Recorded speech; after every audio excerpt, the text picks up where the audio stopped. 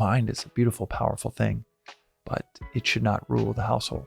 And part of that development of the intellect is recognizing and appreciating the value of emotions. The conference of the head and the heart. We are back! Woo! With another ep on the Daily Vedantic. Today's episode is on an often misconceived notion within Vedanta. The misconception is around this. Within this philosophy, so much is placed on cultivating your body, your mind, and your intellect. And even the articulation that you have two inner equipments, a mind and an intellect, it's a central practical contribution of this philosophy, that you have a subtle equipment called the intellect to guide the mind. And the mind should not be in control. The mind is like a 5-year-old child. Beautiful to have in the home. But the intellect is like the adult in the room. As amazing as it is to have all three of our daughters, 6, 3, and 1, in our household, I would not leave them home alone. And they should not rule the roost. And within this philosophy, one can get carried away and too much application and emphasis on the intellect. The majority of the episodes in this series within the Daily Vedantic is on cultivating, developing the intellect, or it's on concepts within the philosophy that need to be digested and applied with the intellect. The intellect is that which discerns what should be done, how should it be done, when should it be done, in any scenario in life. It's quite the mastery if you can know what, how, and when anything should be done. That's the ideal. Another definition of the intellect is the capacity to see the end in the beginning. And for someone with a developed intellect, they just make really great decisions where the end is awesome because they saw that end in the beginning and they knew what to decide. It is this quality of discernment. The mind is where our emotions are. It's our feelings. It is our preferences, our desires. And within these feelings and preferences, the joy or sorrow we might feel, the preference for heat over cold or cold over heat, and given life situations, our preferences for this work thing to go this certain way, or this parenting thing to go a certain way, or this relationship with one of our own parents to be a certain way, that is all mind stuff. And like I said, mind is a beautiful, powerful thing, but it should not rule the household. And in this delineation between the intellect and the mind, where the intellect should be in control, there can be a misinterpretation that the mind or emotions or preferences don't matter or they shouldn't matter, or worse, that they should be repressed. Something that's said often at the ashram is, and Swami says this in so many lectures, that we must feel to understand and we must understand what we feel. There should be a conference between the head and the heart, the intellect and the mind. Manas is the Sanskrit word for mind, and there's no direct translation in English, so it can sometimes be translated as passion center, the heart, or the mind. The idea that both the mind and the intellect take place in the brain that's just popular convention right now. We actually scientifically are starting to understand we make a lot of decisions based on our gut, actual gut. Many of our neurochemical centers, the majority of our serotonin receptors they're actually in our stomach. So put that aside of thinking that it needs to be part of your brain, because we don't really know where the brain stops.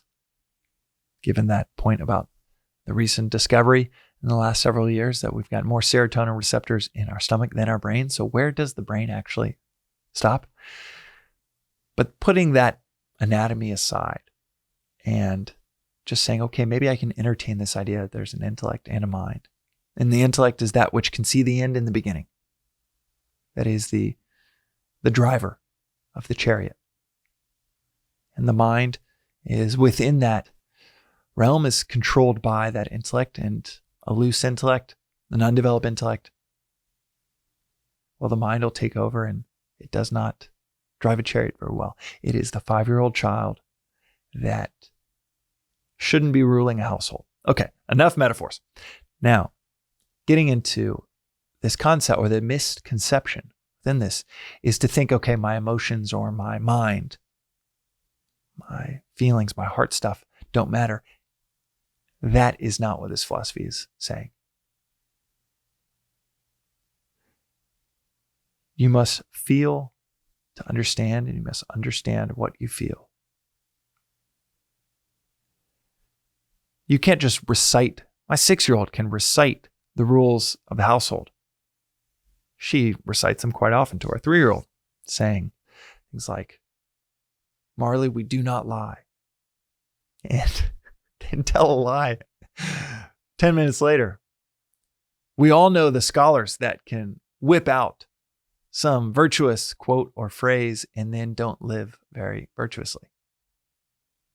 There's quite a underemphasis on scholarship within Vedanta. Knowing and quoting Upanishad after Upanishad, quoting the Gita backwards and forwards, quoting this or that sage is quite meaningless unless you feel it. You must feel to understand, as Swami will say. That feeling is the difference between saying, all right, when you surf, you want to get low and go. Pop up and stay low and go, and giving that advice to someone. I heard that advice from people for probably 6 months when I first started surfing. And I was like, what the fuck are they talking about? Get low and go?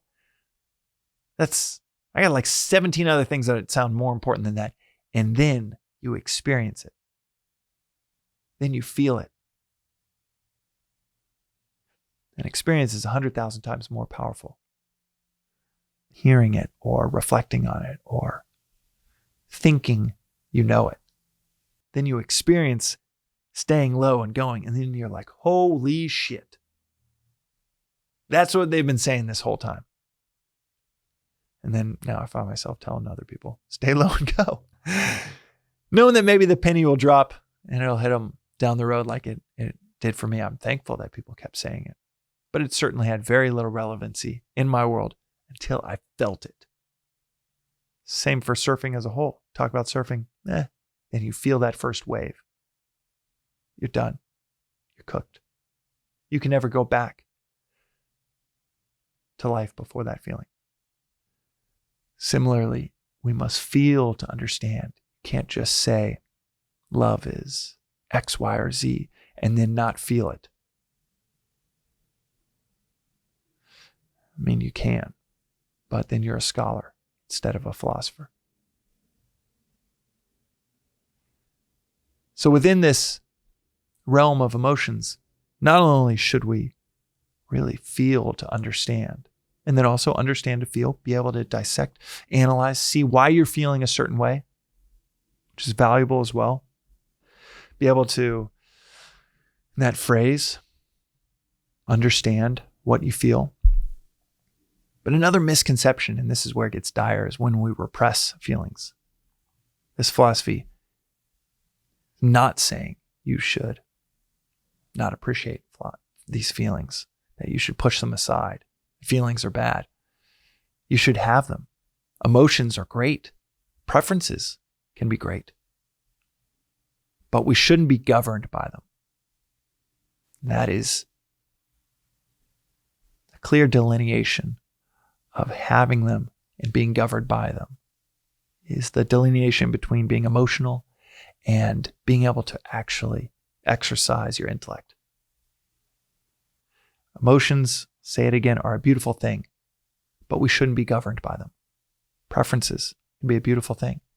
Could make you an amazing artist, an amazing doctor, because you have certain preferences. But to be governed by them then makes you a self-serving artist, doctor, and probably a pretty unhappy one, because you're always trying to cater to your emotions versus catering to something higher, like service. The last aspect of this repression, the dire scenario if we repress emotions, is that they will come back. This philosophical approach to life recognizes the natural aspect of emotions. They need to be exhausted, often through understanding, through reflection. The emotions that do jump into the driver's seat. Argument with a spouse where you watch like, oh shit, I'm kind of losing control. And now I'm saying this. I have been there. You watch the mind jump into the driver's seat and do some pretty hefty damage. You shouldn't repress that. But you can overcome it with understanding, with a developed intellect, knowing that I shouldn't even have that thought of something to say, of that thing to say to my spouse, because that is actually going to work against me. It's going to work against us. It's seeing the end in the beginning. It's that the development, cultivation of the intellect, to see the end in the beginning of, oh, not only should I not say that, but I shouldn't even have that thought. Even the exercise of bitching about my spouse to my friends over beers, this creates this pattern of thinking, this thought flow that then results in me thinking that, even though I was saying it for laughs, now I think it more, and then a little more, and then a little more. Now it agitates and irritates me. And then I say a string of words that cut so deeply to my spouse that you spend weeks, months recovering.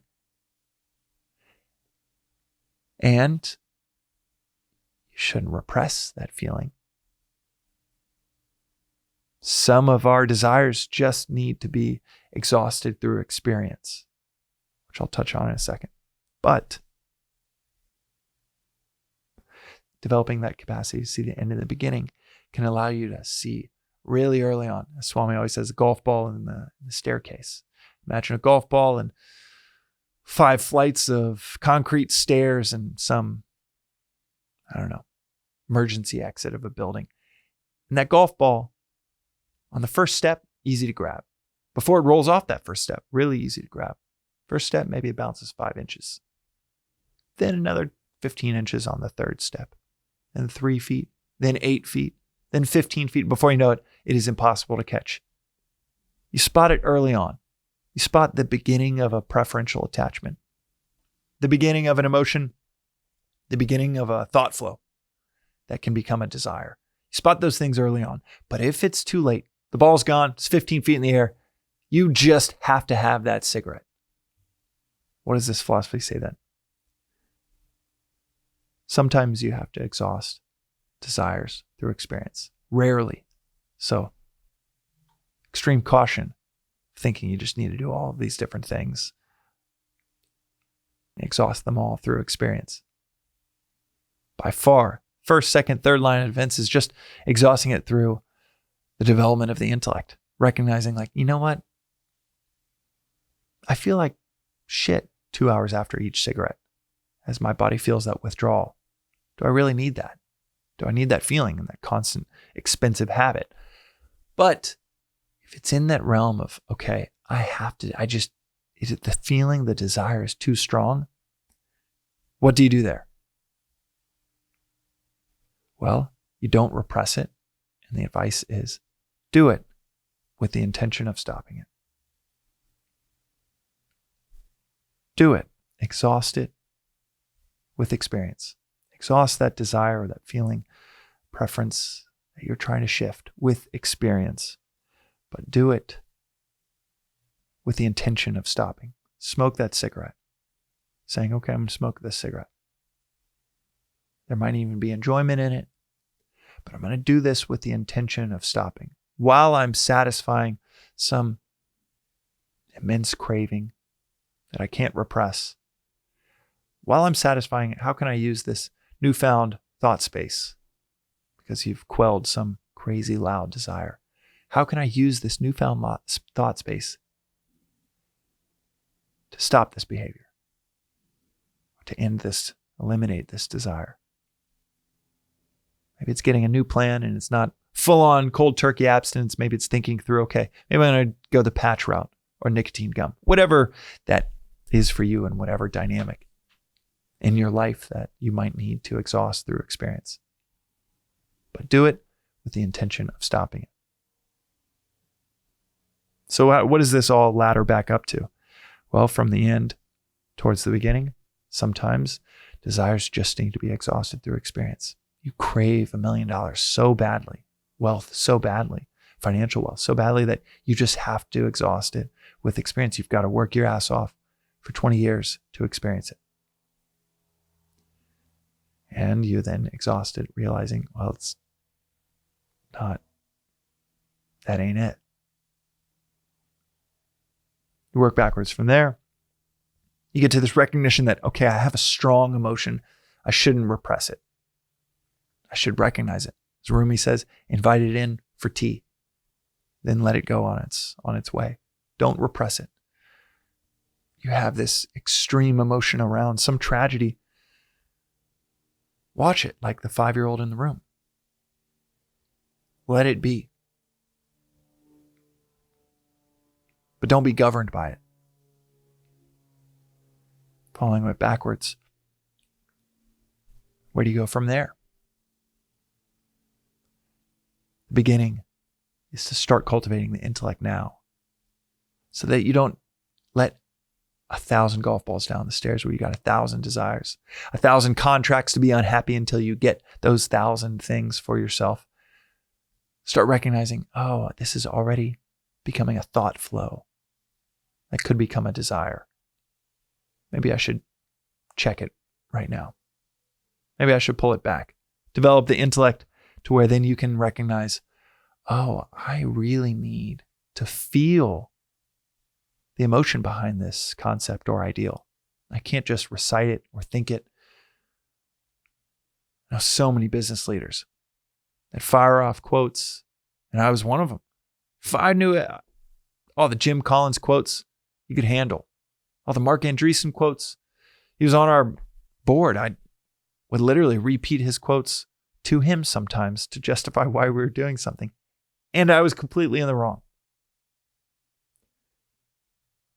You got to feel to understand, and that's part of the intellect recognizing, oh, I say these things, I act like I know these things, but I really need to feel them. That cultivation of the intellect is the foundation. It's 95%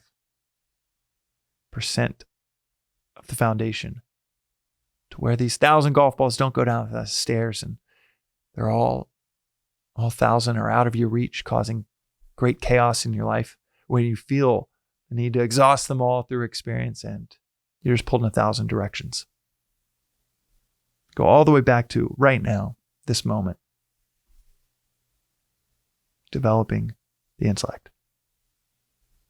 That subtle equipment, that's the adult in the room. And part of that development of the intellect is recognizing and appreciating the value of emotions. The conference of the head and the heart. To not overemphasize all head and no heart, but also not to overemphasize, overvalue all heart and no head. Letting there exist a beautiful home where there is both the child and the adult. Living in beautiful harmony. That is today's reflection in the Daily Vedantic. We'll see you next time.